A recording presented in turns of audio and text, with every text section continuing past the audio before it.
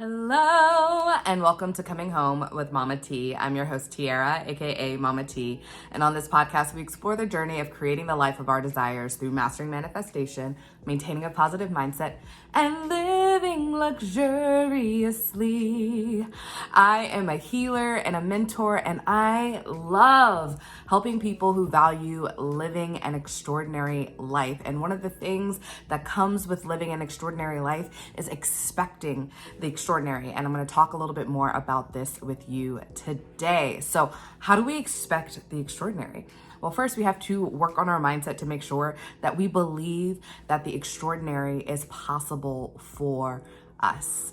And I know it can be hard when maybe we haven't experienced anything that we thought was particularly extraordinary. So first things first, what do you define as extraordinary?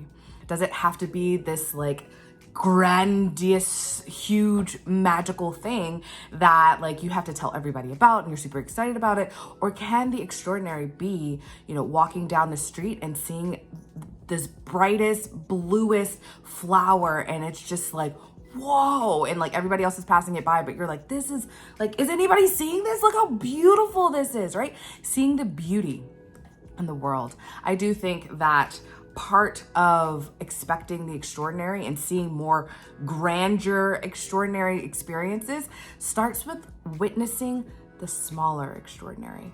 Loving the little things in our day-to-day life that we might take for granted, that we might find mundane, but making it valuable to us. Right? Valuing all the little things in life. For example, this conversation was actually sparked by my breakfast this morning. I was making my breakfast, and if you've been following me on social media, I've gotten into romancing my life through plating it prettily, trying to make sure that there's multiple colors and making it pretty. I call it goddess meals, just making me feel good. And it really feels even better the more plants that are on it, because the more plants means there's more color. Right? There's greens, there's reds, it's all beautiful and vibrant, and I love it, right? And so I'm plating everything. And I have this beautiful china set from my roommate's grandmother who gave them to us. And so it's oh, I'm going to use these plates, right? So I grab this beautiful plate, because what's the point of having fine china if we never actually use it? And it seems pretty sturdy to me. We put it in the dishwasher and it's totally fine. So I pull it out and I'm all right, cool. I'm going to start with this beautiful plate. And then I have 2 cream puffs that I had made from scratch. And I'm super excited about the fact that I made them from scratch for the first time and they came out looking amazing and tasting amazing. I'm so excited. So I put the 2 there, and then I'm I'm gonna put some strawberries on my plate. And so I cut up some strawberries, but I'm I don't the strawberries are kind of big, but I didn't feel I wanted to use the time to dice them really small. So I was just I'll just cut them in little 4s or whatever, and try to zhuzh them about and whatever. So I have the 2, and then I'm zhuzhing in this arc here, and then I drizzle the cream on top because it's not as thick as it should be to go in the middle. So that was something I need to work on, but that's okay. It still tastes amazing. So I'm seeing the extraordinary and how amazing it tastes. So I'm laying this down now. Now I'm getting distracted because I see Rengoku from Demon Slayer over here, and one of the things he says is tasty and umai if you're listening to the Japanese version, right? And so I'm how extraordinary is that? I just get a little giggle here, right? I could look at it as oh my gosh, this is so distracting, but what does this actually have to say about this moment? And the fact that he always comments on how something is yummy totally goes with this conversation. So there's an example, real life example of witnessing a random extraordinary thing, right? And so because I was plating and I looked at it and I was I'm not loving how this is turning out, but we gotta just allow it to be extraordinary. We gotta figure it out. And so I'm drizzling the stuff. I add a little pumpkin seeds to it, and I'm at least it's gonna taste good. It doesn't look the way I want it to, but it looks amazing, right? Or it tastes amazing. It's gonna taste amazing. I'm expecting an extraordinary taste. But then I look down at my plate and I realize that between the two cream puffs and the strawberries and arc, it's smiling at me. And I was just this is amazing, right? This wasn't exactly what I was looking for. I definitely didn't intend it to be a smiley face, but I was I'm expecting extraordinary things from this plate. It's gonna nourish my body. It's gonna be fun. And I look down and it's smiling, and I'm how perfect is that, right? How perfect is Rengoku right now? How perfect is everything? So what if we took that to our life? How perfect is my life right now? What is making my life so perfect? What is making my life so extraordinary? Getting curious about the things that you are grateful for and that make you happy, that make you smile, that make you giggle, that might seem silly, mundane, whatever. Starting with the little things. That just reminded me, there used to be a practice that I would do when I first started this like journey of mind shift and spirituality and connecting myself like with my inner self and God and all of that. And one of the practices was creating like silly gratitude, like little like silly things that you are so thankful for, right? Like especially when we have, a lot of turmoil and a lot of craziness going on in the world around us.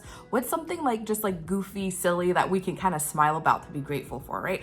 Oh my gosh, I'm grateful for this pen that's got like a silly, like the fuzzy pens, like the fuzzy furry pens, like Lisa Frank, if you know, right? Those are kind of fun, right? They're super fun and look how it feels, and you can get like silly and gratitude about how fun and silly and childlike it is, and it brings out my childlike exuberance to write with it. How fun is that? So we can find these things, like I said, that are mundane, that we can take for granted and switch it to making it be extraordinary, making it be something that we're grateful for.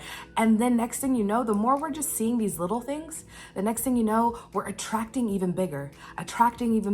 You see a penny on the ground and you say, thank you for this penny. Like this is currency, this is money. With enough pennies, I'm gonna be able to buy something, right? And so you pick it up and you say, thank you. You don't just walk across it, you pick it up. Next thing you know, you're seeing a quarter on the ground. You're like, oh, that's 25 cents to go with my 1 penny. That's 20, like I have 26 pennies and a smaller coin. Like it's great, right? So you put it together and you're like, right, I don't have to carry 26 pennies because I have a quarter and 1. Oh, awesome. And you get excited about that. And next thing you know, you see $5 on the ground and you pick it up. What? $5? $5.26. What am I going to do with this? Maybe you do buy something with it. Maybe you get a lottery ticket and then that lottery, you win $1,000. Who knows, right? But like being able to see these little things and finding the extraordinary in it cultivates more extraordinary.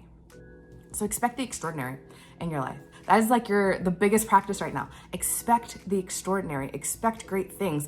Something else I want to talk about is it is even better when we are expecting something to not be extraordinary. We're expecting this to be distracting and not a good conversation piece for the podcast, because I didn't take a second to double check my background, right? I could have gone down that route. I could have looked at it like, oh shit, because Goku's in the background and it's distracting. I could have done that. Like I know I caught myself actually. I was about to go down that road and then I was like, no, what can I learn from this? Like how can this be an extraordinary part of this conversation, right? And then here you go. It's true lesson in the moment. Right? I am not distracted. I am seeing it and I am leaning into how magical it can be. And I love it, right? And so we can change on a drop of a hat. What is extraordinary versus what is distracting? What is like not gonna make us happy? Maybe we're getting ready to have dinner with someone that's like maybe not our favorite person. You find that you're always in conflict. You find that you're not, you don't see eye to eye on a lot of things. So you're not really looking forward to it. You're kind of in this like contracted state. You can say, you know what? Let's look for what's gonna be extraordinary. I expect that the food's gonna be amazing. I expect that these things are gonna be great. I am looking forward to having a good conversation and see how carrying the energy of wanting something extraordinary versus carrying the energy of wanting something like expecting it to go wrong, expecting it to be annoying, expecting the like repeated cycle of the things that you already know you don't like, right? And there's the rub, right? I can make it a repeated cycle, or I can choose to see the extraordinary. I can choose to expect the extraordinary, and a very similar situation can completely change just through our mindset and how we choose to shift our energy and shift our experience. We can show up to that dinner and have a great conversation. The food's amazing. And then you're like, oh my gosh, I really, really love the blah, blah, blah chicken that I just got. And they're like, oh yeah, I actually order that pretty regularly, but I wanted to try something new. And this like salmon dish is phenomenal. And you could just talk about the food, right? And then all of the things that we're just you normally would like confront about aren't even brought up because you're so enthralled in your extraordinary meal and your server's really nice and all of that goodness. And so you're just having an extraordinary time. Allow the time to be extraordinary. And if you want more practice on figuring out how to make sure that you're looking at the world in a more extraordinary light, make sure you check out the Activate Your Inner Shift meditation series, 4 videos that are free for you to access to help shift your mindset towards looking at the extraordinary or towards whatever you want to apply it to, because that is the way that this series is intended to create. You can shift your mind to whatever it is that you desire to cultivate in your life.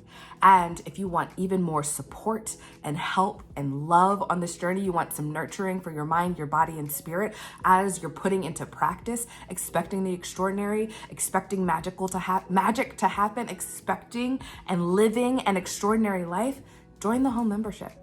It is opening up. It is exciting. I'm excited to facilitate this sacred and safe space for you to put in the practice to live an extraordinary life. And with that, I'm going to say ta-ta for now. I love you so, so much.